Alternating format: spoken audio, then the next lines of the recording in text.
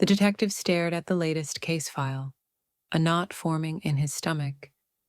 Another missing kid, no witnesses, no clues. But this time it was different. The detective had been on the force long enough to spot patterns, and there was something seriously wrong with this one. It wasn't like the other kidnappings. No ransom note, no signs of struggle. Just a child vanishing into thin air. He thumbed through the file again. The victim, a quiet 12-year-old named Emily, had been last seen near the old Blackwood Manor, a place notorious for strange happenings. Locals called it the Void House, whispered about shadows moving on their own, and kids disappearing. The detective had always dismissed it as campfire stories, but the evidence was piling up. There were similarities in the other cases, too. All the missing children had been spotted near secluded areas, places where the sun barely touched. And the locals, usually a chatty bunch, went strangely silent when the detective brought up the Void House. It was like they were all hiding something. He decided to pay the Void House a visit.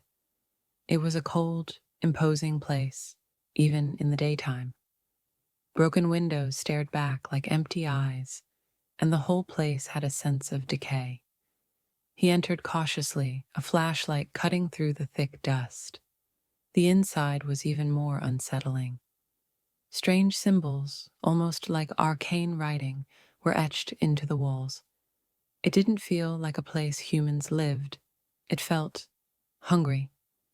The detective pressed on, following a faint trail of children's laughter echoing through the house. It was a macabre lullaby, a siren song that made his skin crawl. The deeper he went, the colder it got, and the air seemed to thicken with something unseen. Then, from the shadows, he saw it. It wasn't a monster in the classic sense. It was more like a living shadow, an inky black shape that twisted and writhed like smoke. Its eyes, when they formed, burned with an unnatural light. The children's laughter grew louder, almost frantic. The detective knew then that he wasn't just investigating a missing persons case. He was hunting a predator, something born from darkness itself. The Voidling. He called it that later, when he could form the words. It wasn't born of shadow, exactly. It was born of absence.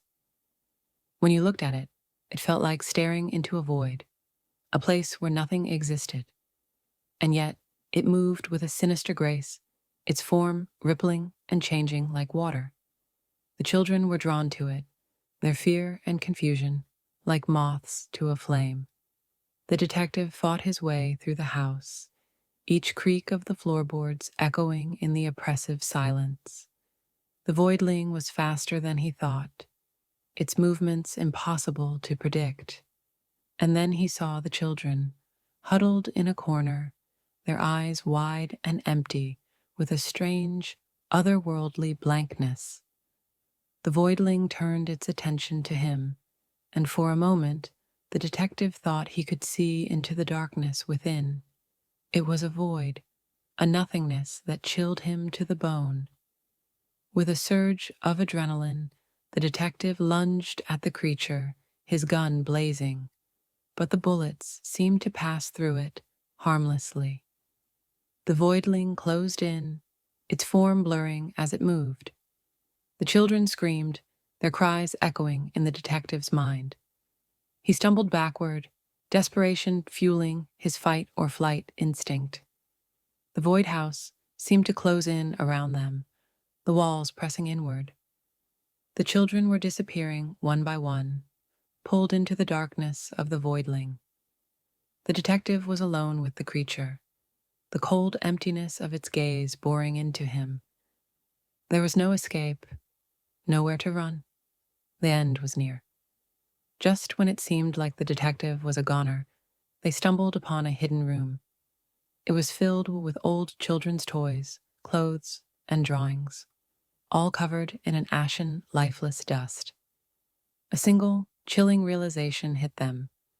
The voidling didn't just take the kids away. It consumed them, turned them into part of itself. The detective's mind raced. They couldn't fight the voidling head-on. They had to escape and regroup. With the voidling distracted by the children's fear, the detective slipped out, the door seeming to close on its own once they were through.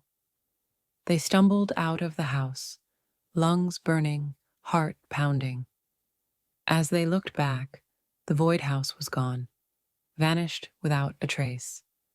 It was like it had never been there at all. The detective was left with a feeling of utter defeat.